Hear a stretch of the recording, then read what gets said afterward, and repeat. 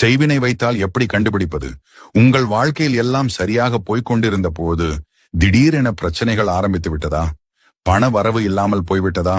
உடல் நலம் சரியில்லாமல் எல்லா முயற்சிகளும் தோல்வியாகி விடுகிறதா? இதற்கு காரணம் செய்வினை இருக்கலாம். செய்வினை வைத்திருப்பதை கண்டுபிடிக்க சில அறிகுறிகள் இருக்கின்றன. திடீரென உடல் சோர்வு, தூக்கமின்மை, அடிக்கடி தலையெழுப்பு மற்றும் பயங்கர கனவுகள், வீட்டில் சில விஷயங்கள் அவ்வப்போது இழந்து விடுதல், பிரசன்னமாக இருந்த வீட்டில் திடீரென துன்பகரமான சூழ்நிலை ஏற்படுதல். இது செய்வினை இருப்பதற்கான அறிகுறிகள். இப்போது அதை கண்டுபிடிக்க ஒரு எளிய பரிசோதனை செய்யலாம். ஒரு எலுமிச்சையோ அல்லது நெல்லிக்காயையோ வீட்டின் மூலைகளில் வைக்கவும். 2 நாட்களில் அது கருமையாக மாறினால் உங்கள் மீது செய்வினை இருக்கலாம். இந்த செய்யப்பட்ட தாக்கத்திலிருந்து விடுபட சில பரிகாரங்கள். தினமும் கற்பூரம் ஏற்றி வீடு முழுவதும் புகைப்பிடிக்கவும்.